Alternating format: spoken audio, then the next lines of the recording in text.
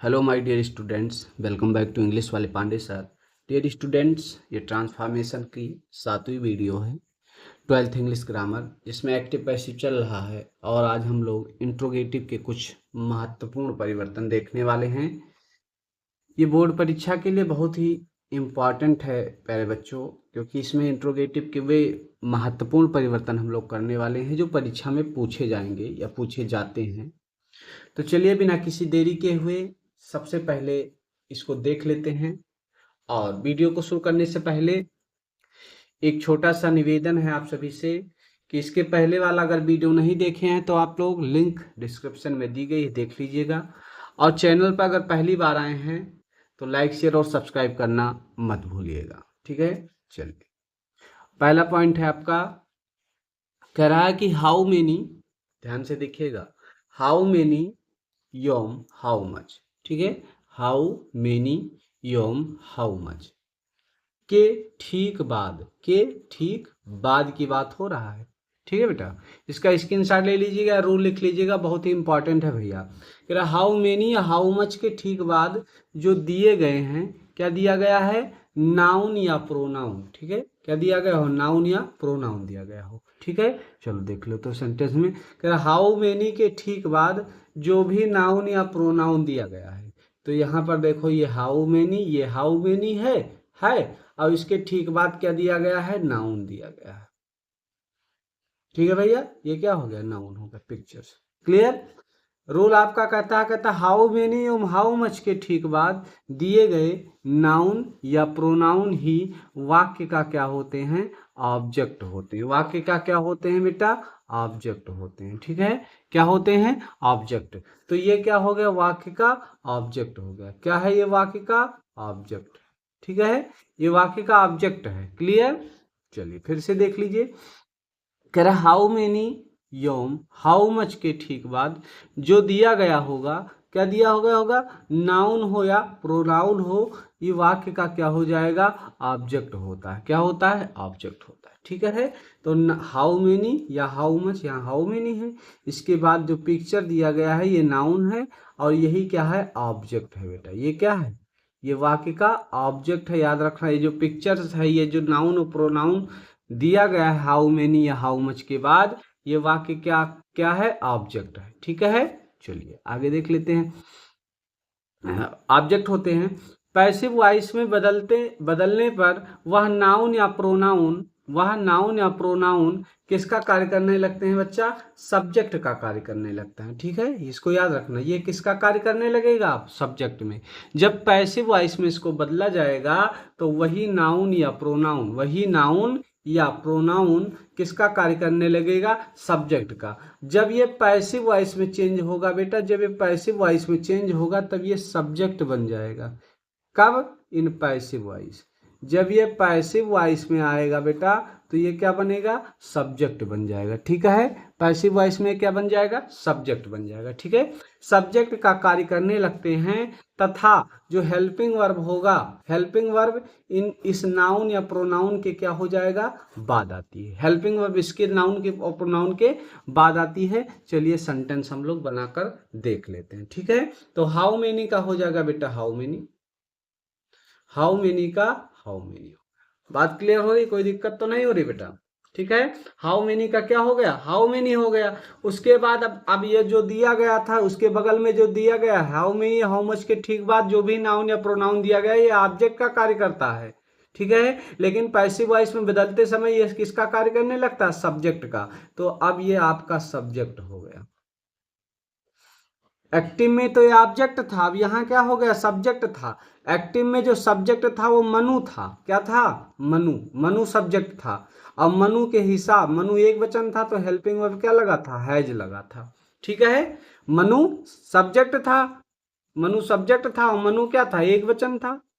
मनु एक वचन था भैया, तो मनु जब एक वचन था तो यहाँ हैज लग गया। लेकिन अब तुम्हारा सब्जेक्ट ये बनेगा, रूल कहता है आपका कि प्रोनाउन ही सब्जेक्ट का कार्य करने लगता है और सहायक क्रिया इसके बाद आ जाती है।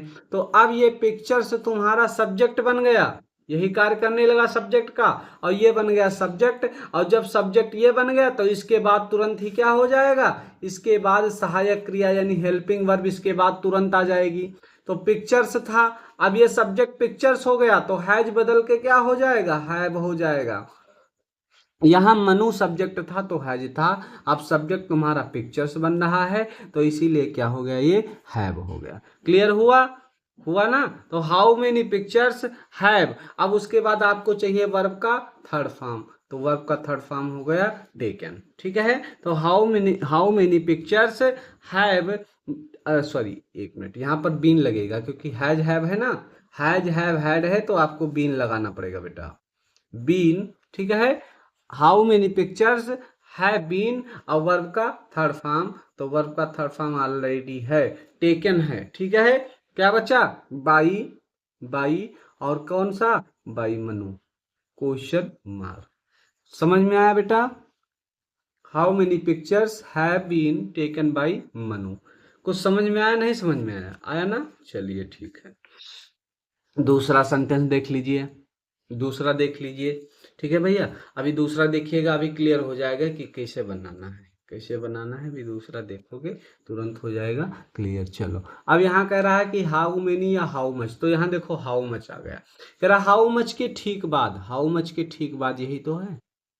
कह रहा जो भी नाउन या प्रोनाउन होगा वो किसका कार्य कर रहा है, ऑब्जेक्ट का कार्य। अभी ये ऑब्जेक्ट का कार्य कर रहा है भैया। हाउ मेनी या हाउ मच के ठीक बाद जो भी नाउन या प्रोनाउन, तो नाउन आया है, मिल्क आया बेटा, मिल्क नाउन है, और ये किसका कार्य कर रहा है, ऑब्जेक्ट का कार्य कर रहा है। ठीक है, कह रहा पैसिव वॉइस में बदलते समय, चलो पैसिव वॉइस में इसको बदल देते हैं, तो हाउ मच का हाउ मच हो जाएगा। ये जो मिल्क है किसका कार्य करने लगेगा, सब्जेक्ट का, तो इसको ऐसे लिख देंगे। ठीक है बेटा, अभी तक जो सब्जेक्ट था आपका ही था। ठीक है, अब सब्जेक्ट क्या हो गया, मिल्क हो गया। हाउ मच मिल्क, कह रहा हाउ मच और हाउ मेनी के ठीक बाद जो नाउन या प्रोनाउन आएगा वो ऑब्जेक्ट का कार्य करता है, लेकिन जब पैसिव वॉइस बदलेंगे तो ये सब्जेक्ट का कार्य करने लगेगा, और इसके बावजूद तुरंत ही क्या हो जाएगा, सहायक क्रिया आ जाएगी, इसके बाद ही हेल्पिंग वर्ब आ जाएगा। अब देखो यहाँ पर क्या दिया गया, यहाँ पर डज दिया गया है, तो डू डज का मतलब इज एम आर होता है, नहीं होता है, होता है भैया ना, तो यहाँ पर क्या लग जाएगा, इज लग जाएगा। हाउ मच मिल्क इज, अब मिल्क आपका एक वचन सिंगुलर होता है लेकिन अनकाउंटेबल होता है, तो यहाँ क्या लग गया, इज लग गया। ठीक है भैया, अब चाहिए वर्ब का थर्ड फॉर्म, और सेल का थर्ड फॉर्म क्या होता है, सोल्ड होता है। तो how much milk is sold. ठीक है, बाई क्या लगा, हिम, बाई हिम, और डेली का daily, by him daily, question mark. ठीक है, समझ में आया बच्चा। चलिए इस पे एग्जांपल दे, इस पे क्वेश्चन दे रहे हैं, आप करके बताएंगे कमेंट बॉक्स में। How many boys is he teaching, चलो देखो ये सेंटेंस करेंगे आप। How many boys, how many boys is he teaching,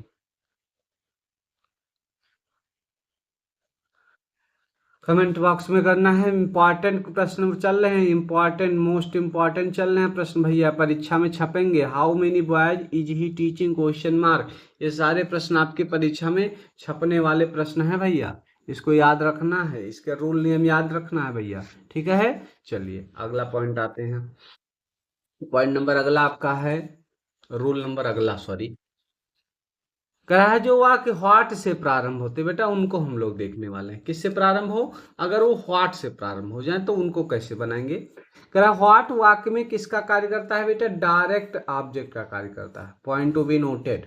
ठीक है, point to be noted, what वाक्य में किसका कार्य करता है, डायरेक्ट ऑब्जेक्ट का कार्य करता है। ठीक है, इसीलिए व्हाट से प्रारंभ जो होने वाले वाक्य होते हैं बेटा को पैसिव में बदलते समय व्हाट को ही, किसको ही, व्हाट को ही नए वाक्य का क्या बना लेते हैं, सब्जेक्ट बना लेते हैं। ठीक है।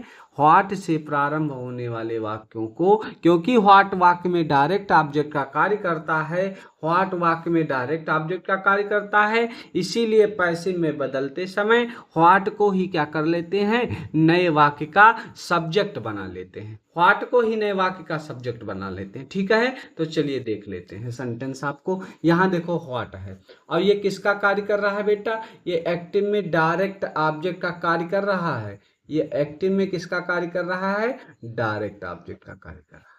व्हाट क्या है, व्हाट आपका जो है बेटा वाक्य में डायरेक्ट ऑब्जेक्ट का कार्य करता है, ये ऑब्जेक्ट है, व्हाट तुम्हारा ऑब्जेक्ट है, इसीलिए पैसिव वॉइस में बदलते समय इसको क्या कर देते हैं, जो नया वाक्य बनेगा व्हाट, तो इसको सब्जेक्ट बना लेंगे, यानी व्हाट का व्हाट ही ले दिया जाएगा, व्हाट तुम्हारा सब्जेक्ट बन गया। ठीक है बेटा। अब यहाँ पर देखो आर है, और जितने ये WH टाइप वाले वर्ड होते हैं भैया, ये एक वचन होते हैं, सिंगुलर नंबर होते हैं, तो सब्जेक्ट के बाद अब सहायक क्रिया, व्हाट के बाद अब सहायक क्रिया लगाओगे, हेल्पिंग वर्ब। तो यहाँ पर यू तुम्हारा सब्जेक्ट था तो आर था हेल्पिंग वर्ब, यू तुम्हारा सब्जेक्ट था तो हेल्पिंग वर्ब आर था। अब सब्जेक्ट तुम्हारा व्हाट बन गया, व्हाट एक वचन होता है तो यहाँ आर बदल के क्या कर दोगे, इज कर दोगे। ठीक है, तो व्हाट इज। अब यहाँ देखो ING दिया गया है भैया, नहीं दिया गया है, तो जहां हमने बताया था, जहां देखो इंग हुआ लगाओ बिंग, यानी जहां ING फॉर्म होगा वहां बिंग लग जाएगा, तो यहाँ क्या लग जाएगा, बिंग लग जाएगा। तो व्हाट इज बीइंग। ठीक है बेटा। अब चाहिए डूइंग का थर्ड फॉर्म, तो डूइंग का थर्ड फॉर्म क्या होता है, done. What is being done by, और क्या बचा, यू बचा, और क्वेश्चन मार्क। ठीक है भैया, समझ में आ गया। चलिए दूसरा देख लेते हैं। दूसरा कह रहा what do you eat, what do you eat. अब चलो व्हाट क्या है, व्हाट वाक्य में डायरेक्ट ऑब्जेक्ट है कि नहीं है, व्हाट वाक्य में भैया डायरेक्ट ऑब्जेक्ट का कार्य कर रहा है, और पैसिव वॉइस बनाते समय व्हाट को ही क्या कर लेंगे, नए वाक्य का सब्जेक्ट बना लेंगे। बनाएंगे नहीं बनाएंगे, तो बना लो भैया। चलो, तो व्हाट आपका डायरेक्ट ऑब्जेक्ट है, पैसिव वॉइस का बनाते हैं तो बनाएंगे, तो व्हाट ही क्या हो जाएगा, सब्जेक्ट हो जाएगा।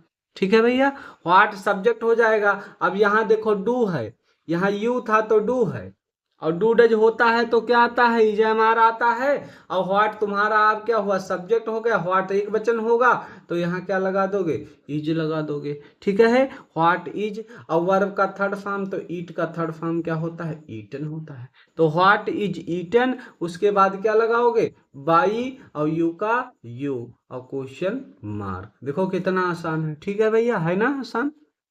चलो अगला सेंटेंस, व्हाट डिड ही से, इसको आपको करके कमेंट बॉक्स में बताना है। ठीक है, व्हाट डिड ही से। अब जहाँ डिड है ना, देखो यहाँ डिड है तो यहाँ वाज वर हो जाएगा। ठीक है भैया, डिड मतलब वाज वर, और व्हाट ही क्या हो जाएगा, सब्जेक्ट बन जाएगा आपका, और व्हाट एक वचन होगा तो यहाँ वाज लग जाएगा। ठीक, बाकी आप करना। चलो अगला देख लेते हैं। अगला सेंटेंस है बेटा, कह रहा है कि हु को बाई हुम में बदल दो। ये भी बहुत पूछे जाने वाले प्रश्न हैं भैया, इसमें जितने भी हैं सब इम्पॉर्टेंट हैं, परीक्षा में छपने वाले प्रश्न हैं। ठीक है, तो हु को क्या करना है, हु को बाई हुम में बदल दे। जो हु होता है इसको किस में बदल देते हैं, बाई हुम में बदल देते हैं भैया। जैसे who calls you, who calls you, तो हु के स्थान पर सर्वप्रथम आप क्या लिख दो, बाई हुम लिख। सबसे पहले हु के स्थान पर क्या लिखना है भैया, बाई हुम लिख दो।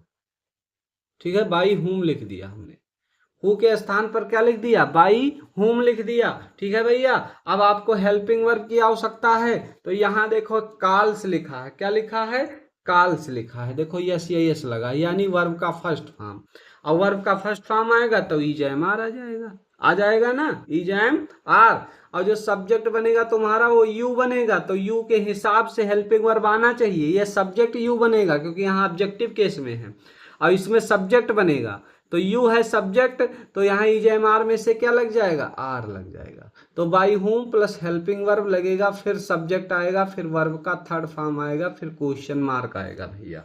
ठीक है, तो हो गया बाई होम आर। उसके बाद अब क्या चाहिए, उसके बाद आपको सब्जेक्ट चाहिए, तो यू जो है यहाँ सब्जेक्टिव केस में चला आया, ये सब्जेक्टिव और ऑब्जेक्टिव केस दोनों एक ही होता है हु का। तो बाई हुम आर यू, और काल का वर्ब का थर्ड फॉर्म, तो काल का थर्ड फॉर्म क्या हो गया, कॉल्ड हो गया। ठीक है, चलिए दूसरा देख लेते हैं। कह रहा हु टाट यू, यहाँ टाट वर्ब का सेकेंड फॉर्म है। अब ये हिम तुम्हारा ऑब्जेक्टिव केस में है, आगे आके सब्जेक्टिव केस में जाएगा, तो हु को किस में बदल दोगे, हु को बदल दोगे बाई हुम में।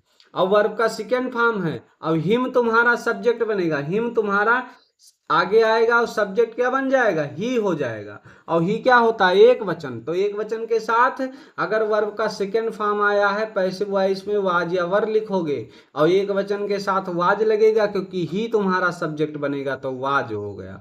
तो बाई होम वाज हो गया। ठीक है बच्चा, और ही का हिम का क्या हो जाएगा, ही हो जाएगा। और टाट का थर्ड फॉर्म क्या होता है, टाट ही होता है। और क्वेश्चन मार्क। ठीक है भैया, देखो बन गया झमझमा हुआ, बना नहीं बना।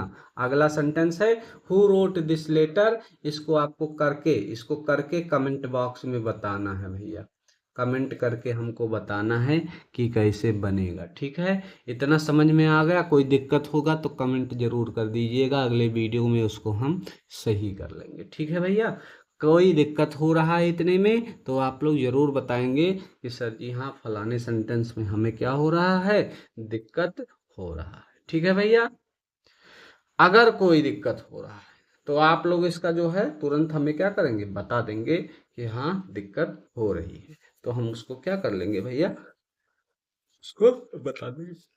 चलिए आगे बढ़ते हैं और अगला देखते हैं बेटा कि अगला जो है कैसे बनाया जाएगा। ठीक है, अगला कैसे बनाया जाएगा इसको आपको देखना है। ठीक है बच्चा, चलो तो अब हम लोग एक जो है छूट रहा है, हुज वाला छूट रहा है और विच वाला छूट रहा है।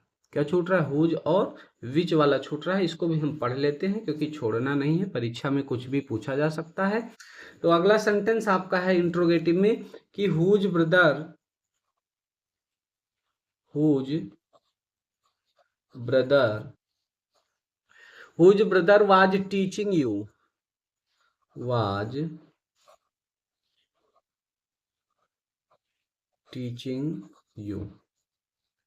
ठीक है, whose brother was teaching you, तो जहां पर हुज लिखा है बेटा इसको बाई हुज में बदल दीजिए। हुज को किस में बदल देना है बेटा, हुज को बदल दीजिए बाई हुज में।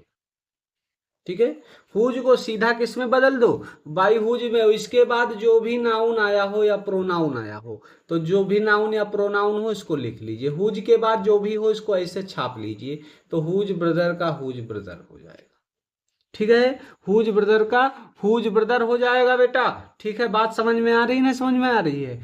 अब आपको हेल्पिंग वर्ब लगाना है। ठीक है, अब आपको क्या करना है, हेल्पिंग वर्ब लगाना है। किसके अनुसार लगाना है, अब जो यहाँ पर यू है तुम्हारा ये सब्जेक्ट बनेगा, ये जो को ऑब्जेक्टिव केस में है, अब ये सब्जेक्टिव केस में, तो बाई हुज ब्रदर के बाद अब सहायक क्रिया आपको लिखना पड़ेगा, सहायक क्रिया लिखना पड़ेगा। यहाँ देखो वर्ब का एनजी फॉर्म लगा है नहीं लगा है, तो यहाँ पर क्या था, यहाँ पर आप देखो यहाँ पर सिंगुलर था तो वाज लगा था, सिंगुलर था तो वाज लगा था।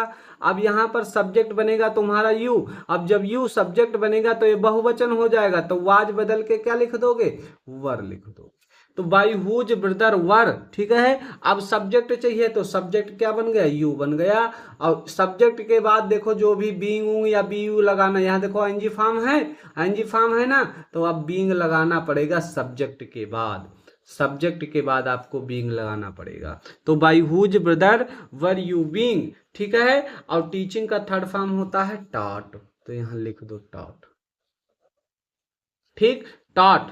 अब क्या बचा, कुछ नहीं बचा, यहाँ स्टरडे था तो यस्टरडे कर दो, नहीं है कोई बात नहीं, यस्टरडे नहीं, whose brother was you teaching yesterday, यहाँ भी था यस्टरडे भी था, यस्टरडे, तो यहाँ भी आप क्या कर दो, यस्टरडे कर दो और क्वेश्चन मार्क लगा दो। ठीक है बच्चा, अब यही चीज विच वाले में भी करना है। सेंटेंस देख लो, which girl beat him on Monday, ये भी पूछा जा चुका है भैया, विच वाला सेंटेंस भी परीक्षा में पूछा जा चुका, हमने देखा है इसको, अनसॉल्व देखा है, इसमें भी ये प्रश्न पूछा जा चुका है विच वाला, विच girl.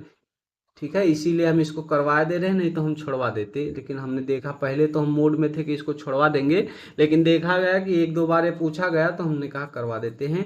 Which girl beat him on Monday, कि ऐसा ना हो पढ़ के जाओ सब पूरा, सोचो हम सब पढ़े हैं और परीक्षा में आ जाए यही वाला जो हमने छुड़वाया था, हो जाए मामला गड़बड़। ठीक है, तो अब विच को भी आप क्या करोगे बेटा, विच को आप बदल दो वाई विच में, वाई विच में, और इसके साथ जो नाउन या प्रोनाउन है इसको लिख लो यहीं। ठीक, जो नाउन या प्रोनाउन है इसको जो कहते हो लिख लीजिए। अब यहां पर देखो हिम तुम्हारा ऑब्जेक्टिव केस में है, आगे आके यही तो सब्जेक्ट बनेगा, तो इसके बाई विच गर्ल के बाद वाई विच को वाई विच में बदलो, गर्ल का गर्ल, उसके बाद अब हेल्पिंग वर्ब चाहिए, हेल्पिंग वर्ब चाहिए। ठीक है, हेल्पिंग वर्ब चाहिए, तो यहां पर बीट दिया गया है, बीट दिया गया है। ठीक है भैया, और ये क्या है, वर्ब का सेकेंड फॉर्म है, बीट आपका वर्ब का सेकेंड फॉर्म लगा है भैया, वर्ब का सेकेंड फॉर्म लगा है। ठीक है, तो यहां पर क्या हो जाएगा, वाज हो जाएगा। वाज क्यों होगा, क्योंकि यहां पर हिम जो है ये सब्जेक्टिव केस में आएगा, ये सब्जेक्ट बनेगा। ठीक है, तो वाई विच गर्ल वाज, और हिम का क्या हो जाएगा, ही हो जाएगा। ठीक, और बीट का थर्ड फॉर्म क्या होता है, बीटन, बीटन। ठीक है, अब क्या बचा, बचा क्या, ऑन मंडे तो बचा है, तो ऑन मंडे लिख लो ना, लो बन गया काम समाप्त। Which girl beat him on Monday, तो हो जाएगा by which girl was he beaten on Monday, sentence आपका बन गया, सेंटेंस आपका क्या हुआ, बन गया। ठीक है भैया, इस पर आपको हम सेंटेंस दे रहे हैं, ये लो, इसको बना के कमेंट जरूर करना। Which girl is singing this song, देखते हैं किस किस का सही जाता है। Which girl is singing, which girl is singing, which girl is singing this song, this song question mark, which girl is singing this song question mark, whose son, अगला sentence और लिखिएगा, whose son, whose son did this, इसको भी बनाना है आपको, ये दोनों हमें कमेंट बॉक्स में चाहिए दोनों का। ठीक है भैया, बनाया चाहिए। ठीक, तो इसी तरीके से इंट्रोगेटिव के सभी प्रकार समाप्त हो गए, सभी प्रकार समाप्त हो गए इंट्रोगेटिव के, अब कोई प्रकार इंट्रोगेटिव का नहीं बचने दिया है हमने। इंट्रोगेटिव से किसी भी प्रकार का आएगा तो आपको क्या करना है, ये वीडियो देख कर जाना है परीक्षा से पहले, और सभी प्रकार आपके क्या हो जाएंगे, समाप्त हो जाएंगे। क्लियर है बेटा, चलिए अब अगला टॉपिक आते हैं बेटा, इंपरेटिव सेंटेंस। क्या आता है अगला टॉपिक हमारा, इसी का जो है इंट्रोगेटिव में अब हम लोग पढ़ने वाले हैं इंपरेटिव सेंटेंस। ठीक है बेटा, क्या पढ़ेंगे, इंपरेटिव सेंटेंस, इंपरेटिव सेंटेंस। अब हम लोग पढ़ेंगे बेटा इंपरेटिव सेंटेंस। ठीक है, इंपरेटिव सेंटेंस में परिवर्तन, इंपरेटिव सेंटेंस में परिवर्तन हम लोग इसमें अब पढ़ने वाले हैं बेटा। ठीक है, तो चलिए देखते हैं इंपरेटिव सेंटेंस का परिवर्तन कैसे होगा। बेटा इसमें भाव आता है, तीन प्रकार का भाव आएगा, एक आदेश का भाव आएगा, एक रिक्वेस्ट यानी आर्डर का भाव आएगा, रिक्वेस्ट का भाव आएगा, और एडवाइज का भाव आएगा। ठीक है, किस किस का भाव आएगा, पहले तो आर्डर का भाव आएगा यानी कि आदेश का भाव, आदेश। ठीक है, और आदेश को अंग्रेजी में क्या बोलते हैं, ऑर्डर बोलते हैं। ठीक, दूसरा आपका आएगा विनती का भाव, किसका आएगा, विनती, जिसे हम इंग्लिश में क्या बोलते हैं, रिक्वेस्ट बोलते हैं। ठीक है बेटा, तीसरा आता है सलाह का भाव, किसका आता है, सलाह का भाव, और इसको इंग्लिश में क्या बोलते हैं, एडवाइज बोलते हैं। ठीक है बेटा, तीन भाव आते हैं। ठीक, तो उनसे पहले अगर आदेश का भाव है तो आपको लिख देना है बेटा यू आर ऑर्डर्ड, क्या लिख देना है, यू आर ऑर्डर्ड लिख देना है, यू आर ऑर्डर्ड टू लिख देना है।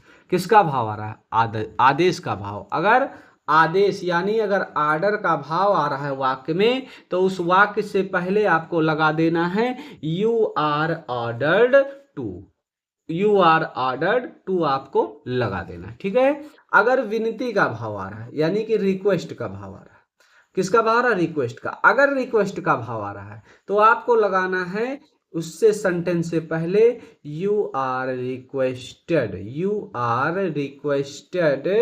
टू लिख देना है। क्या लिख देना? You are requested to. किसमें? अगर विनती का भाव आ रहा है, अगर रिक्वेस्ट का भाव आ रहा है, ठीक है। आर्डर का भाव आएगा तब लिखा जाएगा यू आर आर्डर टू, और विनती का भाव आएगा तब लिखा जाएगा यू आर रिक्वेस्टेड टू, ठीक है। अगर सलाह का भाव आ रहा है, किसका भाव आ रहा है? सलाह का भाव आ रहा है, तब लिखा जाएगा बेटा यू आर एडवाइज्ड टू, ठीक है। अब यहां पर देखना, वैसे अगर एडवाइज लिखोगे तो VIC होगा, लेकिन अगर इसको वर्ब बनाओगे ना तो यह CD हो जाएगा, इस बात को ध्यान रखना। तो you are advised, ADVISED, advise to लिख देना है, आपका सेंटेंस बच्चा बन जाएगा, ठीक है। तो चलिए हम सेंटेंस लेते हैं और उसको बनाते हैं, ठीक है बच्चा। चलिए, तो पहला सेंटेंस है, कह रहा है ओपन योर बुक। क्या है? Open your book. पहला सेंटेंस हमने ले लिया, हमारा सेंटेंस है ओपन योर बुक। दूसरा सेंटेंस हमने ले लिया कि please shut the door, please shut the door, कृपया दरवाजा बंद करें, ठीक है। तीसरा हमने ले लिया सेंटेंस बेटा कि वॉक केयरफुली। तीन सेंटेंस हमने ले लिए, तीन भाव के। तो पहले में कह रहा है ओपन योर बुक, अपनी किताब खोलो। इसमें आर्डर का भाव, अगर अपनी किताब खोलो, तेज बोल के अगर अपनी किताब खोलो, आर्डर का भाव आ गया नहीं आ गया? आर्डर दे रहा, आदेश दे रहा है तुम्हें। तो जब कह रहा है, जब आर्डर का भाव आवे, भैया किसका भाव आवे? जब आर्डर का भाव आएगा, आदेश का, आर्डर का भाव आएगा, तो उससे पहले आपको लिख देना है यू आर आर्डर्ड टू। क्या लिखोगे? You are ordered to. तो चलो लिख देते हैं। तो लिख दिया हमने, क्या लिख दिया बेटा? यू आर आर्डर्ड टू हमने लिख दिया, ठीक है। अब क्या बचा हमारा? पूरा सेंटेंस अब हमको क्या कर लेना है? छाप लेना है। यू आर आर्डर टू लिखने के बाद जो पूरा सेंटेंस है ना, यू आर आर्डर टू लिखने के बाद जो पूरा सेंटेंस है वो हमको छाप लेना है। तो यहाँ पर क्या है? ओपन योर बुक, तो यहाँ पर छाप लो टू ओपन योर बुक, और आपका सेंटेंस बन गया। देखो कितना है ना आसान। ओपन योर बुक, आर्डर का भाव था, हमने लिख दिया यू आर आर्डर टू, और उसके बाद जो सेंटेंस बचा पूरा का पूरा क्या कर लिया? छाप लिया, ठीक है। अब दूसरे सेंटेंस में आते हैं। दूसरा सेंटेंस है, कह रहा प्लीज शट द डोर, ठीक है बच्चा। जिस वाक्य में प्लीज आ जाए, जिस वाक्य में क्या आ जाए? प्लीज आ जाए, और क्या आ जाए? एक और काइंडली और प्लीज, भैया याद रखना, काइंडली और प्लीज अगर आता है जिस वाक्य में, उसमें समझना कि वह रिक्वेस्ट का ही बोध करा रहा है, उसमें विनती का ही बोध होगा और कुछ नहीं होगा। जिसमें काइंडली या प्लीज आ जाएगा उसमें भाव किसका बनेगा? रिक्वेस्ट का भाव बनेगा, यानी विनती का भाव बनेगा, यानी यू आर रिक्वेस्टेड टू लगेगा, ठीक है। और प्लीज और काइंडली शब्द को हम बनाते समय हटा देते हैं, इस चीज को भी याद रखना। ये प्लीज और काइंडली जो होगा ये हट जाएगा। तो कह रहा है जब विनती का भाव आएगा भैया, जब रिक्वेस्ट का भाव आएगा, तब आपको लगाना है यू आर रिक्वेस्टेड टू। क्या लगाना? वो क्या लगाओगे? You are requested to. तो चलो लगा देते हैं। तो लिख देते हैं बेटा पहले कि यू आर रिक्वेस्टेड टू, और प्लीज और काइंडली शब्द को हटा देंगे, प्लीज और काइंडली शब्द को हटा देंगे। क्या बचा? Shut the door. तो लिख दीजिए शट द डोर, सेंटेंस आपका बन गया, ठीक है। चलिए अगला से जरा, वॉक केयरफुली, सावधानी पूर्वक चलो। वॉक करो, लेकिन क्या करो? सावधानी पूर्वक करो। देखो अब इसमें सलाह दे रहा नहीं दे रहा है, जरा सावधान होकर चलो भैया, नहीं गिरोगे दांत वांत टूट जाएगा। सावधानी पूर्वक चलो, वॉक केयरफुली। तो जब सलाह दे रहा है, कह रहा जहां पर सलाह का भाव आएगा वहां पर लिखना है यू आर एडवाइज्ड टू। क्या लिखोगे? You are advised to. तो हम लोग लिख देते हैं। देखो सलाह का बोध करा रहा है, तो लिख दो यू आर क्या? Advised to. अब क्या बचा? जो बचा पूरा छाप लो। तो वॉक केयरफुली है ना, तो पूरा छाप लो, walk carefully, full stop. You are advise to walk carefully. इस तरीके से आपका ये सेंटेंस बन गया भाई। ठीक है, बन गया नहीं बन गया? चलो बहुत तेज हो तुम लोग बनाने में, देखो बन गया नहीं बन गया। अब दूसरा है, कह रहा अगर इसमें निगेटिव आ जाए, अर्थात डू नॉट से जो प्रारंभ हो जाए वाक्य, डू नॉट से, इंपरेटिव में अगर क्या प्रारंभ हो, डू नॉट से प्रारंभ हो जाए वाक्य, डू नॉट से अगर प्रारंभ हुआ तब कैसे बनाओगे? चलो देख लो वो भी। ठीक है भैया, कह रहा है कि अगर डू नॉट से प्रारंभ होते हैं तो उनको हम क्या करेंगे बेटा, चलो देख लेते हैं, सेंटेंस देख लेते हैं लिखकर। जैसे है कि do not disturb me, do not disturb me please, do not disturb me please एक सेंटेंस है। और दूसरा सेंटेंस है डू नॉट लाफ या डू नॉट टच मी। अगला सेंटेंस है do not touch me, do not touch me. ठीक हो गया। चलो अब देख लेते हैं इसको कैसे बनाना है बच्चा। तो कह रहा है जो वाक्य डू नॉट से आरंभ होगा, ठीक है, अगर उसमें प्लीज लगा है, क्या लगा है, प्लीज लगा है, तब वह यू आर रिक्वेस्टेड का भाव हो जाएगा। याद रखना, अगर डू नॉट से शुरू हो रहा है वाक्य और लास्ट में या कहीं भी वाक्य में क्या लगा है, प्लीज लगा है, तब वह वाक्य यू आर रिक्वेस्टेड लगेगा, उसमें यू आर रिक्वेस्टेड टू लगेगा। समझे हमारी बात? अगर डू नॉट से प्रारंभ हो रहा है और उसमें प्लीज लगा है, तब आपको यू आर रिक्वेस्टेड का भाव देना होगा। लेकिन अगर डू नॉट से आरंभ हो रहा है और प्लीज और काइंडली नहीं है, तो उसमें सीधा सीधा किसका भाव लगेगा, ऑर्डर्ड का भाव लगेगा, यू आर ऑर्डर्ड टू का भाव लगेगा। ठीक है, उसमें ऑर्डर्ड का भाव लगेगा। लेकिन अगर प्लीज लग गया डू नॉट वाले सेंटेंस में, तो रिक्वेस्ट का भाव लग जाएगा। ठीक है, तो चलो बना देते हैं। यहां देखो प्लीज दिया गया है ना प्लीज। तो जब प्लीज दिया गया है तब आपको रिक्वेस्ट का ही भाव लगाना है। ठीक है भैया, तो लगा दो यू आर रिक्वेस्टेड। क्या लगा दिया, यू आर रिक्वेस्टेड। देखो यू आर रिक्वेस्टेड हो गया। अब क्या करेंगे, इस डू को हटा देंगे भैया, इस डू को हटा देंगे, इस डू को क्या करेंगे, हटा देंगे। और नॉट जो है इसको लिखने के बाद और टू लगा देंगे। डू को हटा दो और नॉट के बाद क्या लगा दो, टू लगा दो। तो you are requested not to, और क्या बचा, डिस्टर्ब मी, यही तो बचा। और प्लीज और काइंडली शब्द ऑटोमेटिक हट जाएगा। तो प्लीज और काइंडली ऑटोमेटिक बचा क्या, डिस्टर्ब मी। तो यहां लिख दो डिस्टर्ब मी, बन गया सेंटेंस आपका। ठीक है, चलिए अगला। यहां देखो कर डू नॉट टच मी, इसमें रिक्वेस्ट नहीं लगेगा, इसमें प्लीज काइंडली शब्द नहीं दिया, तो सीधा किस पे भाव आएगा, ऑर्डर का भाव आएगा।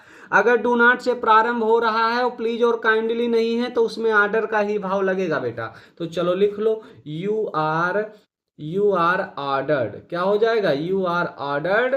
ठीक है भैया, अब इस डू को हटा दीजिए, इस डू को हटा दीजिए और नॉट के बाद टू लगा दीजिए। तो ऑर्डर्ड नॉट लिख दो, इसके बाद क्या लगा दो, टू लगा दो। और क्या बचा, टच मी बचा, तो यहां को लिख लो टच मी, बन गया सेंटेंस आपका। You are ordered not to touch me, आपका सेंटेंस बन गया भैया। ठीक है, समझ में आया नहीं आया? चलिए अगला सेंटेंस है, अगला सेंटेंस है do not laugh, do not laugh. अब इसमें देखो प्लीज उलीज है नहीं, डू नॉट से आरंभ है, तो सीधा किसका भाव आएगा, सीधा आपको ऑर्डर का भाव दिया जाएगा। तो लिख दो you are ordered, you are ordered. ठीक है, यू आर क्या हो गया, ऑर्डर्ड हो गया भैया। ठीक है, यू आर ऑर्डर, समझ में आ रहा है नहीं समझ में आ रहा, O R D R E D, you are ordered. अब इस डू को हटा दीजिए, किसको हटा दीजिए, डू को हटा दीजिए, हटा दिया हमने। इस डू को हटा दीजिए और जो नॉट है इसके बाद क्या कर दीजिए, टू लगा दीजिए। तो you are ordered not to, क्या बचा, क्या बचा, लाफ। तो लाफ हो गया आपका सेंटेंस बन गया। ठीक है भैया, नॉट टू लास्ट सेंटेंस आपका पूरी तरीके से ये हो गया कंप्लीट, समझिए। तो इंपरेटिव आपका ये भैया इंपरेटिव वाला ये सेंटेंस बन गया। क्लियर? तो यही आता है, ठीक, यही आता है। जैसे एक और देख लो, जैसे कहे प्लीज कम, देखो लिखा है, क्या लिखा है सेंटेंस, प्लीज कम। तो भैया देखो प्लीज दिया गया है, यानी यू आर रिक्वेस्टेड सीधा लगा दो भैया। क्या लगाओगे, you are requested, you are requested to, to. अब प्लीज और काइंडली शब्द को हटा ही देते हैं तो क्या बचा, कम ही तो बचा, जोड़ दो, बन गया सेंटेंस। समझ में आ रहा है ना, समझ में आ रहा है, नहीं आ रहा तो बताओ भैया। जैसे अगला सेंटेंस अभी दे दिया गया, कह रहा है कि दे दिया उसने सेंटेंस, कह रहा है गेट आउट। ठीक भैया, अभी एक सेंटेंस कोई दे दे, कहे कि गेट आउट, लिख दिया गेट आउट। ठीक है, अभी लिख दिया गेट आउट, जाओ। चलो इसमें देख लेते हैं। अभी लिख दिया गेट आउट, क्या लिख दिया, गेट आउट, कर रहा है गेट आउट। अब देखो आर्डर का भाव है नहीं है, तो बस आपको क्या करना है, यू आर ऑर्डर्ड कर दीजिए, यू आर ऑर्डर्ड कर दीजिए, you are ordered to, to और क्या है तुम्हारे पास, पूरा जोड़ दो, यू आर ऑर्डर्ड टू और पूरा पूरा जोड़ दो, गेट आउट, लो बन गया, कितना आसान है। बस भाव थोड़ा पकड़ लेना है भैया, क्योंकि क्या करना, भाव अगर नहीं पकड़ोगे तब तक क्या हो जाएगा, काम नहीं हो पाएगा। जैसे है कि close the door, close the door, दरवाजा बंद करो, तो आर्डर का भाव है, आर्डर का ही तो भाव है, तो सीधा क्या कर दो, यू आर। ये और भी तरीके से बनते हैं लेकिन उसको जानने की जरूरत नहीं है भैया, क्योंकि जब कई तरीका जानोगे ना तो कंफ्यूजन पैदा हो जाएगा, इधर का उधर कर सकते हो, इसीलिए एक ही तरीका जानो। और ये ऐसा तरीका है कि जितने भी आपके इंपरेटिव है सब में लगेगा। ठीक है, यही आसान है, यही आसान है, ये आराम से कर ले जाओगे, तो इसीलिए इसको ही जानना ज्यादा जरूरी। तो यू आर ऑर्डर्ड टू कर दो, और क्या बचा, क्लोज द डोर, तो पूरा पूरा लिख दो क्लोज द डोर, सेंटेंस आपका बन के तैयार हो गया। ठीक है भैया, समझ में आ रहा है ना, समझ में आ गया। जैसे आगे दिया गया है, कह रहा do yoga daily, do yoga daily, कह रहा रोज योगा करो। अब ये देखो सलाह दे रहा है भैया, कह रहा योगा करने की आपको सलाह दे रहा है, और जब सलाह दे रहा है जहां पर, तहां पर क्या लगाओगे, एडवाइज लगा दो, तो हो जाएगा यू आर, यू आर क्या है, you are advised, you are advised to do yoga daily, to do yoga daily, you are advise to do yoga daily, बन गया आपका सेंटेंस, you are advise to do yoga daily. Clear हो गया, हो गया ना। जैसे अभी एक और कह रहा है रिस्पेक्ट योर पेरेंट्स, रिस्पेक्ट करना है किसका, योर पेरेंट्स, कर अपने माता पिता का रिस्पेक्ट और सम्मान करो। बताओ इसमें कौन सा भाव, सलाह ही तो आएगा, तो बस सलाह आएगा तो क्या करना है, यू आर एडवाइज लगा देना भैया। इसीलिए ऐसे भाव पकड़ना है आपको, you are advise to respect, respect your parents, you are advise to respect your parents, हो गया आपका सेंटेंस। ठीक है भैया, जैसे अभी देख रहे एक सेंटेंस और दे रहे तुमको कि please bring me some apples, please bring me some apples, please bring me some apples. अब देखो यहाँ प्लीज और जैसे काइंडली शब्द आ जाए समझो क्या है, रिक्वेस्ट का ही भाव है भैया। प्लीज और काइंडली आया समझो किसका भाव है, रिक्वेस्ट का ही भाव है, इस चीज को याद रखना है। तो बस क्या करना है, यू आर रिक्वेस्टेड लगा देंगे, यू आर रिक्वेस्टेड, और प्लीज और काइंडली को हटा देना है, प्लीज और काइंडली शब्द को क्या करना है, हटा देना है वाक्य से, तो हो जाएगा यू आर रिक्वेस्टेड और टू लगा दिया, और प्लीज और काइंडली हटा दिया, बाकी क्या बचा, ब्रिंग मी सम एप्पल, तो लिख दो bring me some apples, bring me some apples, बन गया आपका। प्लीज और काइंडली को क्या करेंगे, हटा देंगे, सीधा सीधा इसको शब्द को हटा दिया जाएगा। ठीक है भैया, अब अगला टॉपिक जो इसका एक्टिव पैसिव का है बेटा, दो ऑब्जेक्ट वाले वाक्य हैं। ठीक है भैया, दो ऑब्जेक्ट वाले वाक्य हैं आपको पढ़ने हैं, और इन्फिनेटिव का प्रयोग करना है। ठीक है, और क्या करना है, जो है प्रीपोजिशन, अगर मेन वर्ब के बाद क्या आ जाए, प्रीपोजिशन आ जाए तो उसको पढ़ना है आपको, और इन्फिनेटिव टू पढ़ना है। मान के चलिए कोशिश रहेगी कि अगले ही वीडियो में पूरा टॉपिक क्लोज कर दिया जाए प्यारे बच्चों, क्योंकि ज़्यादा वीडियो लंबा इसलिए हो गया क्योंकि हमने छुड़वा के नहीं पढ़ाया। जो भी चीज़ें हमने जैसे क्लास में पढ़ाता हूँ, ट्यूशन में पढ़ाता हूँ, वैसे ही हमने पढ़ाया है। यहाँ बच्चे आते हैं, आप उनसे पूछ लीजिएगा, बिल्कुल क्लियर, कोई कट कोई दिक्कत नहीं हमने की है, ना कोई टॉपिक छोड़ा है। कोशिश है कि अगर आप हमसे पढ़ रहे हैं तो परीक्षा में इससे बाहर प्रश्न ना आने पावे। ठीक है, मेरी यही कोशिश रहती है कि सारे प्रश्न जो भी हम पढ़ाएं हमारे पढ़ाने से ही प्रश्न छपे, इसीलिए मैं कोई टॉपिक छुड़वाता नहीं हूँ और इम्पोर्टेंट टॉपिक पर ज़्यादा फोकस करता हूँ और धीरे धीरे पढ़ाता हूँ। ठीक है, धीरे धीरे पढ़ाने का मतलब ये है कि आपका कंसेप्ट जो है क्लियर करना चाहता हूँ। मतलब कि ये नहीं कि हम जल्दी जल्दी पढ़ा दें, आपको समझ भी ना आए और ये हो गया कि हमने पढ़ाया और आपको जान भी नहीं, आपको भी लगे कि हमने पढ़ा। लेकिन जितना एग्जाम्पल, अब इस पे आपको क्या करना है प्यारे बच्चों, इस पे आपके पास किताबें होंगी, घर पर किताब बैठ कर जितना एग्जाम्पल सॉल्व करोगे ना उतना आपका परिपक्व होते चले जाओगे। ठीक है, ये वीडियो चला के बैठ जाओ सामने। ठीक है भैया, और जो भी रूल के, जो भी एग्जाम्पल, जिसके भी जैसे एग्जाम्पल या रूल्स जो भी कराए गए हैं उस टाइप के एग्जाम्पल ढूंढो अपनी बुक से और उससे आपको क्या करना है, सॉल्व करना है। सॉल्व जब आप करोगे ना तो आप क्या हो जाओगे, परिपक्व हो जाओगे। ठीक है, उस चीज में आप क्या ना, परिपक्वता जिसे कहते हैं ना बेटा, एकदम निपुण जिसे कहते हैं, निपुण, तो उस टॉपिक पर आपको क्या आ जाएगी, निपुणता हासिल हो जाएगी। बात क्लियर हो रही है? तो इसीलिए उसको आपको क्या करना, एग्जाम्पल्स जितना करोगे उतना ही निपुण हो जाओगे। कहना है कि प्रैक्टिस, जो प्रैक्टिस होती है वो आदमी को क्या बना देती है, जो है निपुण बना देती है भैया। प्रैक्टिस जितना आप अभ्यास करोगे उतने आप अच्छे जो है बनते जाओगे। ठीक है भैया, तो जितना अभ्यास करोगे, जितना अभ्यास करोगे इसका, उतना आप अच्छे से, आपको समझ में आएगा। अभी तो आपको समझ में आया, ठीक है, अभी वीडियो बंद हो जाएगा, इधर घूमोगे, टहलोगे, ढूंढोगे, उसके बाद 1 घंटा बाद, 2 घंटा बाद या शाम तक कहोगे लाओ फिर बनाए, या कल तक कहोगे लाओ फिर बनाए, तो बनाओगे तब तो भूल जाओगे, फिर वीडियो चलाना पड़ेगा कि बताओ सर जी ने कैसे बताया था। ठीक है, तो इसीलिए आपको क्या करना है, इस पर एग्जाम्पल सॉल्व करना है, इसको पढ़ना है, तभी आपको पूरी तरीके से क्लियर कट होने वाला है। ठीक है भैया, तो बस आज के वीडियो में इतना ही। अब आपको मिलते हैं फिर अगले वीडियो में। ठीक है बच्चा, और अगले वीडियो में कोशिश रहेगी कि एक्टिव पैसिव पूरा टॉपिक समाप्त हो जाए। ठीक है, तो चलिए वीडियो को देखने के लिए आपका बहुत बहुत धन्यवाद।